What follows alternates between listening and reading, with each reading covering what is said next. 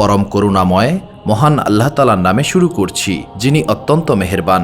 সুপ্রিয় দর্শক, আজ আমি আপনাদের হযরত আলী রাদিয়াল্লাহু তাআলা আনহুর কয়েকটি সুন্দর কাহিনী বলবো, যে কাহিনীগুলো থেকে আপনি অনেক কিছুই শিখতে পারবেন এবং সেই সঙ্গে আপনার ঈমানও মজবুত হবে। হযরত আলী রাদিয়াল্লাহু তাআলা আনহু আরবি রজব মাসের ১৩ তারিখ এবং ইংরেজি তারিখ অনুসারে ২৯ সেপ্টেম্বর ৫৯৯ খ্রিস্টাব্দে জন্মগ্রহণ করেন। কিছু কিছু আলেম এই মত প্রকাশ করেন যে হযরত আলী রাদিয়াল্লাহু তাআলা আনহু পবিত্র কাবা ঘরের ভেতরে জন্মগ্রহণ করেছিলেন, কিন্তু এই বিষয়টি নিয়ে আলেমদের মধ্যে মত পার্থক্য রয়েছে। তাদের মতে হযরত আলী রাদিয়াল্লাহু তাআলা আনহুর জন্ম কাবা ঘরের ভেতরে হয়নি। হযরত আলী রাদিয়াল্লাহু তাআলা আনহুর পিতার নাম ছিল হযরত আবু তালিব এবং তার মাতার নাম ছিল ফাতেমা বিনতে আসাদ। হযরত আলী রাদিয়াল্লাহু তাআলা আনহু ছিলেন রাসূলুল্লাহ সাল্লাল্লাহু আলাইহি সাল্লামের আপন চাচা হযরত আবু তালিবের পুত্র। তিনি রাসূলুল্লাহ সাল্লাল্লাহু আলাইহি সাল্লামের থেকে প্রায় ৩০ বছরের ছোট ছিলেন। মহান আল্লাহ তাআলা যখন রাসূলুল্লাহ সাল্লাল্লাহু আলাইহি সাল্লামকে নবুয়ত দান করেন, তখন যেই সমস্ত সৌভাগ্যবান মানুষ প্রথমে ইসলাম গ্রহণ করেছিলেন, তাদের মধ্যে হযরত আলী রাদিয়াল্লাহু তাআলা আনহু ছিলেন অন্যতম। সেই সময়ে হযরত আলী রাদিয়াল্লাহু তাআলা আনহুর বয়স হয়েছিল মাত্র ১০ বছর এবং শিশুদের মধ্যে সর্বপ্রথম ইসলাম গ্রহণের সৌভাগ্য তারই হয়েছিল। হযরত আলী রাদিয়াল্লাহু তাআলা আনহুকে রাসূলুল্লাহ সাল্লাল্লাহু আলাইহি সাল্লাম তার চাচাতো ভাইদের মধ্যে সবচেয়ে বেশি ভালোবাসতেন। একবার নবী করিম সাল্লাল্লাহু আলাইহি সাল্লাম বলেছিলেন, হে আলী, তুমি পৃথিবীতে আমার ভাই এবং পরকালেও আমার ভাই।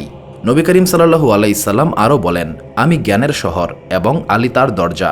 আজকের ভিডিওতে আমি আপনাদের হযরত আলী রাদিয়াল্লাহু তাআলা আনহুর জ্ঞান এবং প্রজ্ঞায় ভরপুর এমন কিছু কাহিনী বলবো, যা শুনে নিঃসন্দেহে আপনার ঈমান তাজা হয়ে যাবে। তাই আপনাদের প্রতি অনুরোধ, ভিডিওটি শেষ পর্যন্ত দেখুন। হযরত উবাইদুল্লাহ রাদিয়াল্লাহু তাআলা আনহু বর্ণনা করেন, একদিন হযরত আলী রাদিয়াল্লাহু তাআলা আনহুর নিকট একজন দরিদ্র ব্যক্তি আসলো এবং খুব করুণভাবে সাহায্য প্রার্থনা করল। হযরত আলী রাদিয়াল্লাহু তাআলা আনহু তার পুত্র হাসান রাদিয়াল্লাহু তাআলা আনহুকে ডেকে বললেন, তোমার মায়ের নিকটে যাও এবং তাকে বলো আমি তাকে যে ৬ দিরহাম দিয়েছিলাম সেখান থেকে একটি দিরহাম দিতে। হযরত হাসান রাদিয়াল্লাহু তাআলা আনহু তার মায়ের নিকট থেকে ফেরত এসে বললেন, মা বলেছেন সেই ৬ দিরহাম আপনি আটা কেনার জন্য রেখেছিলেন। হযরত আলী রাদিয়াল্লাহু তাআলা আনহু বললেন, একজন মানুষ তখনই সত্যিকারের ঈমানের অধিকারী হতে পারে যখন সে মহান আল্লাহ তাআলার হাতে থাকা জিনিসের উপর বেশি বিশ্বাস রাখে নিজের হাতে থাকা জিনিসের তুলনায়। তুমি তোমার মাকে গিয়ে বলো সেই ৬ দিরহাম দিয়ে দিতে। এরপর হযরত ফাতেমা রাদিয়াল্লাহু তাআলা আনহা সেই ৬ দিরহাম দিয়ে দিলেন এবং হযরত আলী রাদিয়াল্লাহু তাআলা আনহু সেই ৬ দিরহাম উক্ত দরিদ্র ব্যক্তিকে দান করে দিলেন। একদিন এক ব্যক্তি হযরত আলী রাদিয়াল্লাহু তাআলা আনহুর নিকটে একটি উট বিক্রি করতে নিয়ে এলো। হযরত আলী রাদিয়াল্লাহু তাআলা আনহু তাকে জিজ্ঞাসা করলেন, তুমি এই উট কত টাকায় বিক্রি করবে? সে বলল, এই উট আমি ১৪০ দিরহামে বিক্রি করব। হযরত আলী রাদিয়াল্লাহু তাআলা আনহু বললেন, এই উটটিকে এখানে বেঁধে রাখো, কিন্তু একটি মাত্র শর্তে, আমি কিছুটা সময় পরে এর মূল্য প্রদান করব। সেই ব্যক্তি সম্মত হলো এবং উটটিকে বেঁধে সে চলে গেল। হযরত আলী রাদিয়াল্লাহু তাআলা আনহু তখনও এই উটটির পাশেই দাঁড়িয়েছিলেন। তখন আরেকজন ব্যক্তি আসলেন এবং তিনি জিজ্ঞাসা করলেন, এই উট কার? হযরত আলী রাদিয়াল্লাহু তাআলা আনহু বললেন, এটা আমার উট। সেই ব্যক্তি বলল, আপনি কি এই উট বিক্রয় করতে চান? তখন হযরত আলী রাদিয়াল্লাহু তাআলা আনহু বললেন, জি জনাব, এই উট আমি বিক্রি করে দেব। তখন সেই ব্যক্তি উটের দাম জিজ্ঞাসা করলেন। হযরত আলী রাদিয়াল্লাহু তাআলা আনহু তাকে বললেন, এই উটের দাম ২০০ দিরহাম। তখন সেই ব্যক্তি ২০০ দিরহাম দিয়েই উটটিকে ক্রয় করলেন। কিছুক্ষণ পর সেই প্রথম ব্যক্তি আসলেন, যার নিকট থেকে হযরত আলী রাদিয়াল্লাহু তাআলা আনহু উট কিনেছিলেন। হযরত আলী রাদিয়াল্লাহু তাআলা আনহু তাকে ১৪০ দিরহাম দিয়ে দিলেন এবং ৬০ দিরহাম নিয়ে হযরত ফাতেমা রাদিয়াল্লাহু তাআলা আনহার নিকটে গেলেন এবং তাকে সেই ৬০ দিরহাম দিয়ে দিলেন। হযরত ফাতেমা রাদিয়াল্লাহু তাআলা আনহা জিজ্ঞাসা করলেন, এত দিরহাম আপনি কোথায় পেলেন? হযরত আলী রাদিয়াল্লাহু তাআলা আনহু বললেন, মহান আল্লাহ তাআলা আমাদের জন্য এই দিরহামের ব্যবস্থা করে দিয়েছেন। আমি রাসূলুল্লাহ সাল্লাল্লাহু আলাইহি সাল্লামকে বলতে শুনেছি, যে ব্যক্তি মহান আল্লাহ তাআলার রাস্তায় ১ দিরহাম খরচ করবে, মহান আল্লাহ তাআলা তাকে ১০ দিরহাম ফিরিয়ে দেবেন। আমি সেই দরিদ্র ব্যক্তিকে ৬ দিরহাম দিয়েছিলাম এবং মহান আল্লাহ তাআলা আমাকে তার বিনিময়ে এই ৬০ দিরহাম দান করেছেন।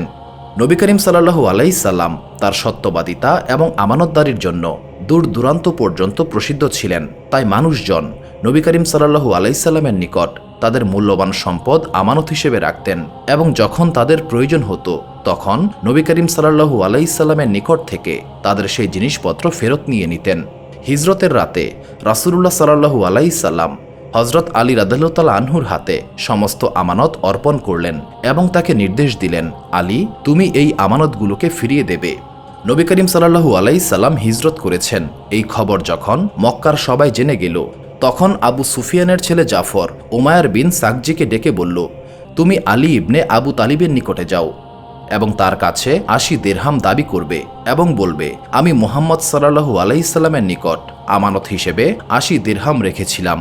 নবী করিম সাল্লাল্লাহু আলাইহি সাল্লাম মদিনার দিকে চলে গেছেন এবং আলী তার প্রতিনিধি, তাকে বলবে, আমার আমানত আমাকে ফেরত দাও।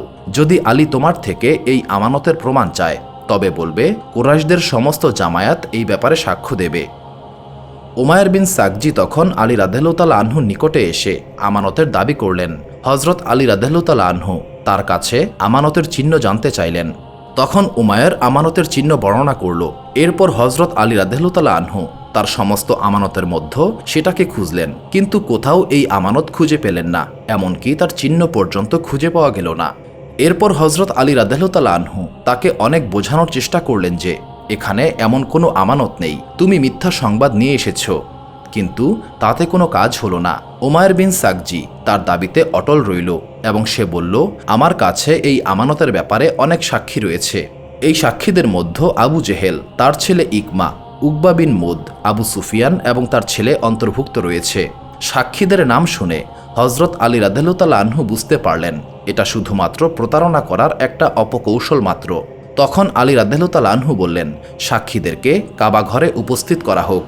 এরপর হজরত আলী রাদিয়াল্লাহু তাআলা আনহু উমায়েরকে একটু দূরে সরিয়ে নিলেন, যেখানে সাক্ষীরা তার কথা শুনতে পাবে না। তখন তিনি উমায়েরকে জিজ্ঞাসা করলেন, তুমি কোন সময়ে এই আমানত রাসূলুল্লাহ সাল্লাল্লাহু আলাইহি সাল্লামের নিকটে দিয়েছিলে? উমায়ের বলল, আমি দুপুর বেলায় রাসূলুল্লাহ সাল্লাল্লাহু আলাইহি সাল্লামকে ৮০ দিরহাম আমানত হিসেবে দিয়েছিলাম এবং রাসূলুল্লাহ সাল্লাল্লাহু আলাইহি সাল্লাম তার দাসের হাতে আমার আমানত দিয়েছিল। এরপর হজরত আলী রাদিয়াল্লাহু তাআলা আনহু নবী করিম সাল্লাল্লাহু আলাইহি সাল্লামের দাসকে আলাদাভাবে ডেকে এই ব্যাপারে জিজ্ঞাসা করলেন, কিন্তু সেই দাস সাক্ষ্য দিতে অস্বীকার করল এবং বলল, আমি এই ব্যাপারে কোনো সাক্ষ্য দেব না এবং সাক্ষ্য দেওয়া আমার জন্য ফরজ নয়। এরপর হজরত আলী রাদিয়াল্লাহু তাআলা আনহু আবু সুফিয়ানকে ডেকে একই প্রশ্ন করলেন। আবু সুফিয়ান বলল, সূর্য অস্ত যাওয়ার সময়ে মুহাম্মদকে এই আমানত প্রদান করা হয়েছিল, তিনি এই আমানত পকেটে রেখেছিলেন। এরপর হজরত আলী রাদিয়াল্লাহু তাআলা আনহু উতবাকে ডেকে পাঠালেন এবং সে সাক্ষ্য দিল, দুপুর বেলায় এই আমানত মুহাম্মদ সাল্লাল্লাহু আলাইহি সাল্লাম নিয়েছিলেন এবং এই আমানত তিনি তার ঘরে রেখে দিয়েছিলেন। এরপর হজরত আলী রাদিয়াল্লাহু তাআলা আনহু ইকমাকে ডেকে পাঠালেন এবং তাকে প্রশ্ন করলেন। ইকমা বলল, মুহাম্মদ সাল্লাল্লাহু আলাইহি সাল্লাম এই আমানত আসরের সময় নিয়েছিলেন এবং তৎক্ষণাৎ তার বাড়িতে পাঠিয়ে দিয়েছিলেন। এরপর হজরত আলী রাদিয়াল্লাহু তাআলা আনহু আরেকজনকে ডেকে তাকেও একই প্রশ্ন করলেন। সেও উত্তরে বলল, মুহাম্মদ সাল্লাল্লাহু আলাইহি সাল্লাম এই আমানত সূর্যোদয়ের সময় নিয়েছিলেন এবং এই আমানত ফাতেমা বিনতে আসাদের ঘরে পাঠিয়ে দিয়েছিলেন। যখন উমায়ের জানতে পারল এক একজন এক এক রকম সাক্ষ্য দিয়েছে, তখন তার মুখ ফ্যাকাশে হয়ে গেল এবং সে বুঝতে পারল তাকে চরম এক লজ্জার মুখোমুখি হতে হবে। তার মুখ শুকিয়ে গেল এবং তার চেহারায় ভয় দেখা দিল। হজরত আলী রাদিয়াল্লাহু তাআলা আনহু বললেন, হে উমায়ের, তোমার মুখ কেন ফ্যাকাশে হয়ে গেছে এবং তুমি কেন ভয় পাচ্ছ? তখন উমায়ের নিরুপায় হয়ে বলল, আমি যে দাবি করেছিলাম তা আসলে এক মিথ্যা ষড়যন্ত্র ছিল। আমি আপনাকে সত্য কথা খুলে বলছি, আমি অপমানিত হতে চাই না। আমি এই পবিত্র কাবা ঘরের কসম খেয়ে বলছি, মুহাম্মদ সাল্লাল্লাহু আলাইহি সাল্লামের নিকটে আমার কোনো আমানত ছিল না। আসলে জাফর বিন আবু সুফিয়ান আমাকে এই কর্ম করতে বলেছিল এবং তার বিনিময়ে আমাকে অনেক দিরহাম দেওয়ার লোভ দেখিয়েছিল। উমায়েরের এই সাক্ষ্য শুনে কুরাইশদের মুখ লজ্জায় নত হয়ে গেল। তখন হজরত আলী রাদিয়াল্লাহু তাআলা আনহু বললেন, ওই তলোয়ারটি নিয়ে এসো যা কাবা ঘরের মধ্যে রয়েছে। এরপর তিনি সেই তলোয়ার নিয়ে আবু সুফিয়ানের সামনে রাখলেন এবং বললেন, এই তলোয়ারটি কি চিনতে পারছো? আবু সুফিয়ান এবং তার দলের লোকেরা বলল, এই তলোয়ার জাফর বিন আবু সুফিয়ানের, কিন্তু এটা তো কিছুদিন আগে চুরি হয়েছিল। তখন আলী রাদিয়াল্লাহু তাআলা আনহু বললেন, এটা জাফরের তলোয়ার, এটা সত্য, তবে এই তলোয়ার কেউ চুরি করেনি। এই তলোয়ারের পেছনেও এক বিরাট ষড়যন্ত্র রয়েছে। এবার হজরত আলী রাদিয়াল্লাহু তাআলা আনহু আবু সুফিয়ানকে প্রশ্ন করলেন, তোমার দাস আসওয়া কোথায়? আবু সুফিয়ান বলল, সে তায়েফে গেছে। হজরত আলী রাদিয়াল্লাহু তাআলা আনহু বললেন, তুমি ধ্বংস হও, যদি তুমি সত্যিই বলে থাকো তাহলে তোমার দাসকে উপস্থিত করো। আবু সুফিয়ান নীরব এবং উদ্বিগ্ন হয়ে পড়লেন। এরপর আলী রাদিয়াল্লাহু তাআলা আনহু কুরাইশদের 10 জন দাসকে বললেন, অমুক জায়গায় আসওয়ার লাশ কবর দেওয়া আছে, মাটি খুঁড়ে আসওয়ার লাশ বের করে এই কাবার উঠানে নিয়ে এসো। দাসেরা হজরত আলী রাদিয়াল্লাহু তাআলা আনহুর কথা মতো কাজ করল এবং আবু সুফিয়ানের দাসের লাশ নিয়ে এলো। এই দৃশ্য দেখে লোকজন জড়ো হলো এবং হত্যার কারণ জানতে চাইল। হজরত আলী রাদিয়াল্লাহু তাআলা আনহু বললেন, জাফর এবং আবু সুফিয়ান এই দাসকে অনেক দিরহাম দিয়ে বলেছিল, যদি তুমি আলীকে হত্যা করতে পারো তবে আমরা তোমাকে মুক্তি দেব, এবং তাদের দাস এতে সম্মত হয়েছিল। জাফর তাকে নিজের তলোয়ার দিয়েছিল এবং এই দাস অন্ধকারে লুকিয়ে বসেছিল যাতে আমাকে সে হত্যা করতে পারে। যখন আমি তার নিকটে গেলাম সে আমার মাথায় তলোয়ার দিয়ে আঘাত করতে চেয়েছিল, কিন্তু আমি তার আঘাত প্রতিরোধ করে তাকে এক আঘাতেই হত্যা করে ফেললাম। আর এইভাবেই তাদের ষড়যন্ত্র ব্যর্থ হয়ে গেল। উমায়ের এই কাহিনী শুনে তার হৃদয় ইসলামের নূরে উদ্ভাসিত হয়ে গেল এবং সে বলল, আমি সাক্ষ্য দিচ্ছি মুহাম্মদ সাল্লাল্লাহু আলাইহি সাল্লাম আল্লাহ তাআলার রাসূল। সুবহানাল্লাহ। দুই মুসাফির একত্রে ভ্রমণ করছিলেন। ভ্রমণ করতে করতে ক্লান্ত এবং ক্ষুধার্ত অবস্থায় একটি গাছের তলায় বিশ্রামের আয়োজন করলেন। তাদের একজনের নিকট 5টি রুটি ছিল এবং অপরজনের নিকট 3টি রুটি ছিল। এমন সময় এক ব্যক্তি এই পথ দিয়ে যাচ্ছিলেন। সেই ব্যক্তি মুসাফির 2 ব্যক্তিকে সালাম দিলেন। তখন 2 মুসাফির ব্যক্তি সালাম গ্রহণ করে তাকে খাবার খাওয়ার দাওয়াত দিলেন। তখন সেই ব্যক্তি 2 মুসাফিরের সঙ্গে খাবার খাওয়ায় শরিক হলেন। খাবার খাওয়ার পর সেই ব্যক্তি মুসাফির 2 জনকে 8 দিরহাম উপহার দিলেন এবং বললেন, এই 8 দিরহাম আমি তোমাদেরকে দিচ্ছি, কারণ আমি খুবই ক্ষুধার্ত ছিলাম এবং সেই সময়ে তোমরা আমাকে খাবার খাইয়েছ। এরপর সেই ব্যক্তি চলে গেল। তার চলে যাওয়ার পর সেই 2 মুসাফিরের মধ্যে টাকার বন্টন নিয়ে ঝগড়া শুরু হলো। যার কাছে 5টি রুটি ছিল সে বলল, আমার কাছে 5টি রুটি ছিল, তাই 5 দিরহাম আমার প্রাপ্য। কিন্তু অন্য ব্যক্তি বলল, এই টাকা সমানভাবে ভাগ হওয়া উচিত। যখন তারা কোনোভাবেই এই বিষয়ে সম্মত হতে পারছিল না, তখন তারা তাদের মামলা নিয়ে হজরত আলী রাদিয়াল্লাহু তাআলা আনহুর দরবারে হাজির হলেন। হজরত আলী রাদিয়াল্লাহু তাআলা আনহু তাদের দুজনের কথাই খুব মনোযোগ দিয়ে শুনলেন এবং বললেন, এটা ন্যায় বিচারের সিদ্ধান্ত। যদি আমি সম্পূর্ণ সিদ্ধান্ত দেই তাহলে যার 3টি রুটি ছিল সে মাত্র 1 দিরহাম পাবে। হজরত আলী রাদিয়াল্লাহু তাআলা আনহুর এই কথা শুনে সেখানে উপস্থিত সবাই বিস্ময়ে হতবাক হয়ে গেল। হজরত আলী রাদিয়াল্লাহু তাআলা আনহু 2 মুসাফিরকে বললেন, তোমাদের দুজনের রুটির মোট 24টি টুকরা হয়েছে এবং প্রতিটি ভাগে 8টি করে টুকরা এসেছে। এখন তোমার 3 রুটির 9 টুকরা হয়েছে, যার মধ্যে তুমি 8টি খেয়েছ এবং 1 টুকরা ওই পথিক খেয়েছে। অপর ব্যক্তির 5 রুটির মাধ্যমে 15টি টুকরা হয়েছে, যার মধ্যে সে 8টি খেয়েছে এবং বাকি 7টি টুকরা ওই পথিক খেয়েছে। সুতরাং তোমার একটি টুকরার পরিবর্তে তোমাকে 1 দিরহাম এবং তার 7টি টুকরার পরিবর্তে তার 7 দিরহাম পাওয়া উচিত। হজরত আলী রাদিয়াল্লাহু তাআলা আনহুর এই কথা শুনে 3 রুটির মালিক এই সিদ্ধান্ত মেনে নিল। একবার মদিনায় হজরত আলী রাদিয়াল্লাহু তাআলা আনহুর সামনে একটি অলৌকিক ঘটনা ঘটে। একদিন একজন ছেলেকে গ্রেফতার করে সৈন্যরা নিয়ে যাচ্ছিল। সেই ছেলে দূর থেকে হজরত আলী রাদিয়াল্লাহু তাআলা আনহুকে দেখে চিৎকার করে বলতে লাগলো, হে আলী বিন আবু তালিব, আমাকে বাঁচান। হজরত আলী রাদিয়াল্লাহু তাআলা আনহু জিজ্ঞাসা করলেন, কি হয়েছে? তখন সেই ছেলেটি বলল, হে আল্লাহর রাসূলের প্রিয় সাহাবী, আমি সম্পূর্ণ নির্দোষ। আমি নির্দোষ হওয়া সত্ত্বেও আমাকে হত্যার শাস্তি দেওয়া হয়েছে। আপনি আমাকে বাঁচান, আমি সম্পূর্ণ নির্দোষ। হজরত আলী রাদিয়াল্লাহু তাআলা আনহু সৈন্যদেরকে জিজ্ঞাসা করলেন, কি হয়েছে? সৈন্যরা বলল, হে আলী রাদিয়াল্লাহু তাআলা আনহু, আপনি জানেন না এই ছেলেটি তার মালিককে হত্যা করেছে এবং মালিককে হত্যা করার কারণে তাকে মৃত্যুদণ্ড দেওয়া হয়েছে। হজরত আলী রাদিয়াল্লাহু তাআলা আনহু ছেলেটিকে জিজ্ঞাসা করলেন, তুমি কি তোমার মালিককে সত্যিই হত্যা করেছ?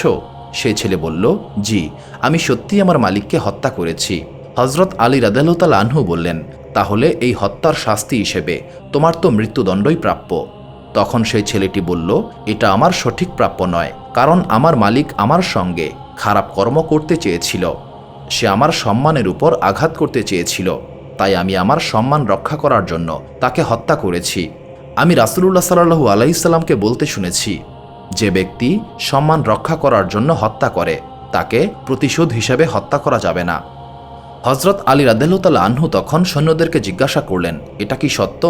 তখন সৈন্যরা বলল, এই ছেলেটিকে আমরা অনেক দিন ধরেই চিনি, তাকে কখনো মিথ্যা কথা বলতে শুনিনি, কিন্তু এই ঘটনার কোনো সাক্ষী নেই যে তার মালিক তার সঙ্গে খারাপ কাজ করতে চেয়েছে।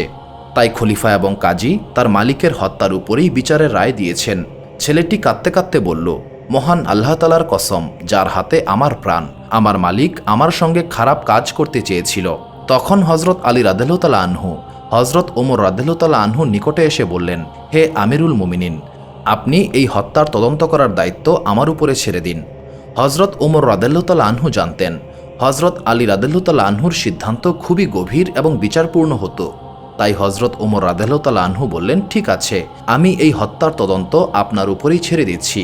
এরপর হজরত আলী রাদিয়াল্লাহু তাআলা আনহু তদন্ত করতে এলেন এবং সেই ছেলেটিকে জিজ্ঞাসা করলেন, তোমার মালিকের কবর কোথায়? ছেলেটি বলল, অমুক কবরস্থানে তাকে কবর দেওয়া হয়েছে। হজরত আলী রাদিয়াল্লাহু তাআলা আনহু কয়েকজন সৈন্যকে সঙ্গে নিয়ে সেই হত্যার তদন্তের জন্য কবরস্থানে গেলেন। কবরস্থানে পৌঁছে হজরত আলী রাদিয়াল্লাহু তাআলা আনহু সৈন্যদেরকে বললেন, এখানে সেই ছেলেটির মালিকের কবর রয়েছে, এই কবরটা খুঁড়ে ফেলো। যখন তারা কবর খুঁড়লেন, তারা দেখতে পেলেন কবরের মধ্যে ছেলেটির মালিকের লাশ নেই। তার মালিকের লাশ কবরের মধ্য না পেয়ে হজরত আলী রাদিয়াল্লাহু তাআলা আনহু ফিরে এলেন এবং হজরত ওমর রাদিয়াল্লাহু তাআলা আনহুকে বললেন, হে আমিরুল মুমিনিন, এই ছেলেটি সত্য কথাই বলেছে, তার মালিক সত্যিই তার সঙ্গে খারাপ কাজ করার ইচ্ছা পোষণ করেছিল। হজরত ওমর রাদিয়াল্লাহু তাআলা আনহু বললেন, এই বিষয়টি আপনি কিভাবে প্রমাণ করবেন? হজরত আলী রাদিয়াল্লাহু তাআলা আনহু বললেন, আমি রাসূলুল্লাহ সাল্লাল্লাহু আলাইহি সাল্লামকে বলতে শুনেছি, যে ব্যক্তি ছেলেদের সঙ্গে খারাপ কাজ করার ইচ্ছা পোষণ করে এবং যখন সে মারা যায় এবং যখন তাকে কবর দেওয়া হয়, তখন তার লাশকে তুলে কাউমে লুতের কবরস্থানে পাঠিয়ে দেওয়া হয়। প্রিয় দর্শক, আপনি যদি না জানেন কাউমে লুত কারা ছিল এবং তারা কি অপরাধ করত, মহান আল্লাহ তাআলা তাদেরকে কি শাস্তি দিয়েছিলেন, তাদের উপর কোন ধরনের আযাব নাজিল হয়েছিল, এই বিষয় নিয়ে আমরা ইতিমধ্যেই একটি ভিডিও নির্মাণ করেছি। আপনি ইচ্ছা করলে সেই ভিডিওটি দেখতে পারেন। যাই হোক, আবার সেই ঘটনায় ফিরে আসি। হজরত আলী রাদিয়াল্লাহু তাআলা আনহু বললেন, আমি নবী করিম সাল্লাল্লাহু আলাইহি সাল্লামকে বলতে শুনেছি, যে ব্যক্তি ছেলেদের সঙ্গে খারাপ কাজ করার ইচ্ছা পোষণ করে এবং যখন তার মৃত্যু হয় এবং তাকে কবর দেওয়া হয়, তখন তার লাশকে তুলে কাউমে লুতের কবরস্থানে পাঠিয়ে দেওয়া হয়। তাই যখন আমরা তার কবর খুঁড়লাম, তখন সেই মালিকের লাশ সেখানে ছিল না, যদিও কয়েকদিন আগেই তাকে কবর দেওয়া হয়েছিল। তাই এটা প্রমাণিত হয় সত্যিই তার মালিক তার সঙ্গে খারাপ কাজ করার ইচ্ছা পোষণ করেছিল। এই সন্দেহের সুবিধা নিয়ে ছেলেটিকে মুক্তি দেওয়া হলো। এরপর হজরত ওমর রাদিয়াল্লাহু তাআলা আনহু বললেন, আমার নিকটে যদি আলী না থাকতো, তবে আমি ধ্বংস হয়ে যেতাম। প্রিয় দর্শক, হজরত আলী রাদিয়াল্লাহু তাআলা আনহুর সিদ্ধান্তগুলো ছিল খুবই গভীর এবং বিবেচনাপ্রসূত। মহান আল্লাহ তাআলা তাকে অনেক জ্ঞান দান করেছিলেন। একবার হজরত আলী রাদিয়াল্লাহু তাআলা আনহু তার সেনাবাহিনী নিয়ে সিফফিনের দিকে যাচ্ছিলেন এবং এমন একটি প্রান্তর দিয়ে যাচ্ছিলেন সেখানে কোনো পানি ছিল না। সমগ্র সেনাবাহিনী পানির তৃষ্ণায় ব্যাকুল হয়ে পড়েছিল। হজরত আলী রাদিয়াল্লাহু তাআলা আনহু যেখানে অবস্থান করছিলেন তার খুব কাছেই একটি গির্জা ছিল। সেই গির্জায় একজন পাদ্রী বাস করতেন। সেই পাদ্রী বললেন, এখান থেকে 2 ক্রোশ দূরত্বে পানি পাওয়া যাবে। কিছু লোক অনুমতি চাইল যাতে সেখানে গিয়ে পানি পান করতে পারে। এটা শুনে হজরত আলী রাদিয়াল্লাহু তাআলা আনহু তার ঘোড়ার পিঠে চড়ে একটি জায়গার দিকে ইশারা করে বললেন, তোমরা এখানে মাটি খুঁড়ো। লোকেরা মাটি খুঁড়তে শুরু করলো। কিছুক্ষণ খোঁড়ার পর একটি পাথর দেখা গেল। লোকেরা পাথরটিকে তোলার অনেক চেষ্টা করল, কিন্তু সমস্ত চেষ্টাই ব্যর্থ হলো। এটা দেখে হজরত আলী রাদিয়াল্লাহু তাআলা আনহু অনেক উত্তেজিত হয়ে তার ঘোড়া থেকে নেমে আসলেন। তিনি 3 বার ধাক্কা দিয়ে 2 হাতের আঙ্গুল পাথরের ফাঁকে প্রবেশ করিয়ে জোর দিলেন এবং পাথরটি বেরিয়ে এলো। পাথরের নিচে খুবই স্বচ্ছ একটি পানির ঝর্ণা প্রকাশিত হলো। সমগ্র সেনাবাহিনী সেই পানি পান করে তৃষ্ণা মেটালো। সেনাবাহিনীর সমস্ত পাত্র পানি দিয়ে ভরে নিল। এরপর হজরত আলী রাদিয়াল্লাহু তাআলা আনহু পাথরটিকে আবার তার জায়গায় রেখে দিলেন। গির্জার সেই পাদ্রী এই দৃশ্য দেখে সবার সামনে আসলেন এবং হজরত আলী রাদিয়াল্লাহু তাআলা আনহুকে জিজ্ঞাসা করলেন, আপনি কি একজন ফেরেশতা? হজরত আলী রাদিয়াল্লাহু তাআলা আনহু বললেন, আমি একজন সাধারণ মানুষ। পাদ্রী আবারও জিজ্ঞাসা করলেন, আপনি কি একজন নবী? হজরত আলী রাদিয়াল্লাহু তাআলা আনহু আবারও বললেন, আমি মহান আল্লাহ তাআলার একজন বান্দা। পাদ্রী আবারও জিজ্ঞাসা করল, তাহলে আপনি কে? হজরত আলী রাদিয়াল্লাহু তাআলা আনহু বললেন, আমি শেষ জমানার নবী হজরত মুহাম্মদ সাল্লাল্লাহু আলাইহি সাল্লামের একজন সাহাবী। এটা শুনে সেই পাদ্রী কালেমা পড়ে ইসলাম গ্রহণ করলেন। হজরত আলী রাদিয়াল্লাহু তাআলা আনহু তাকে জিজ্ঞাসা করলেন, আপনি এতদিন ইসলাম গ্রহণ কেন করেননি? পাদ্রী বললেন, আমাদের একটি কিতাবে লেখা রয়েছে এই গির্জার কাছাকাছি একটি ঝর্ণা লুকিয়ে আছে। এবং সেই ঝর্ণাকে শুধুমাত্র সেই ব্যক্তি প্রকাশ করতে পারবে যে হয় একজন নবী হবে অথবা নবীর সাহাবী হবে। তাই আমি এবং আমার আগের অনেক পাদ্রী আপনাদেরই অপেক্ষায় ছিলাম। আজ আপনি এই ঝর্ণাকে প্রকাশ করেছেন, তাই আমার উদ্দেশ্য পূর্ণ হয়েছে। এই জন্য আমি ইসলামকে কবুল করে নিয়েছি। সুবহানাল্লাহ। এটা শুনে হজরত আলী রাদিয়াল্লাহু তাআলা আনহু কান্নায় ভেঙে পড়লেন এবং তিনি বললেন, আলহামদুলিল্লাহ, তাদের কিতাবেও আমাদের কথা উল্লেখ রয়েছে। মহান আল্লাহ তাআলা কতই না মহান। সেই ব্যক্তি মুসলিম হয়ে হজরত আলী রাদিয়াল্লাহু তাআলা আনহুর সেনাবাহিনীতে যোগ দিলেন এবং ফিতনার বিরুদ্ধে যুদ্ধ করে শহীদ হলেন। হজরত আলী রাদিয়াল্লাহু তাআলা আনহু তাকে নিজ হাতে দাফন করলেন এবং তার জন্য মাগফিরাতের দোয়া করলেন। প্রিয় দর্শক, হজরত আলী রাদিয়াল্লাহু তাআলা আনহুর আরও একটি ঘটনা শুনুন, যা আপনার ঈমানকে তাজা করবে। হজরত আলী রাদিয়াল্লাহু তাআলা আনহু তখন তরুণ ছিলেন। রাসূলুল্লাহ সাল্লাল্লাহু আলাইহি সাল্লাম তাকে একটি কাজের দায়িত্ব দিলেন। তখন হজরত আলী রাদিয়াল্লাহু তাআলা আনহু বললেন, হে আল্লাহর রাসূল সাল্লাল্লাহু আলাইহি সাল্লাম, আমি রাজনীতি জানি না, আমি দুই ব্যক্তির মধ্যে সিদ্ধান্ত দিতেও পারবো না এবং আমি কোনো সমস্যার সমাধানের পদ্ধতিও জানি না। তখন রাসূলুল্লাহ সাল্লাল্লাহু আলাইহি সাল্লাম বললেন, হে আলী, আমি তোমার জন্য দোয়া করব। তোমার সামনে কখনো কোনো কঠিন পরিস্থিতি আসবে না। শুধু এটা মনে রেখো, যখন কেউ তোমার নিকট অভিযোগ নিয়ে আসবে, তখন তুমি অবশ্যই অন্য ব্যক্তির কথাও পুরোপুরি শুনবে এবং তার কথা না শুনে কোনো সিদ্ধান্ত দেবে না। হজরত আলী রাদিয়াল্লাহু তাআলা আনহু বলেন, রাসূলুল্লাহ সাল্লাল্লাহু আলাইহি সাল্লামের এই দোয়ার বরকতে আমাকে কখনো কোনো সমস্যার সম্মুখীন হতে হয়নি এবং সব সময় মহান আল্লাহ তাআলার সাহায্যে আমি সিদ্ধান্ত নিতে পারতাম। এই উপদেশটি আমি খুব ভালোভাবে পালন করেছি। যতক্ষণ পর্যন্ত আমি অন্য ব্যক্তির কথা শুনতাম না, ততক্ষণ পর্যন্ত আমি কোনো সিদ্ধান্ত দিতাম না।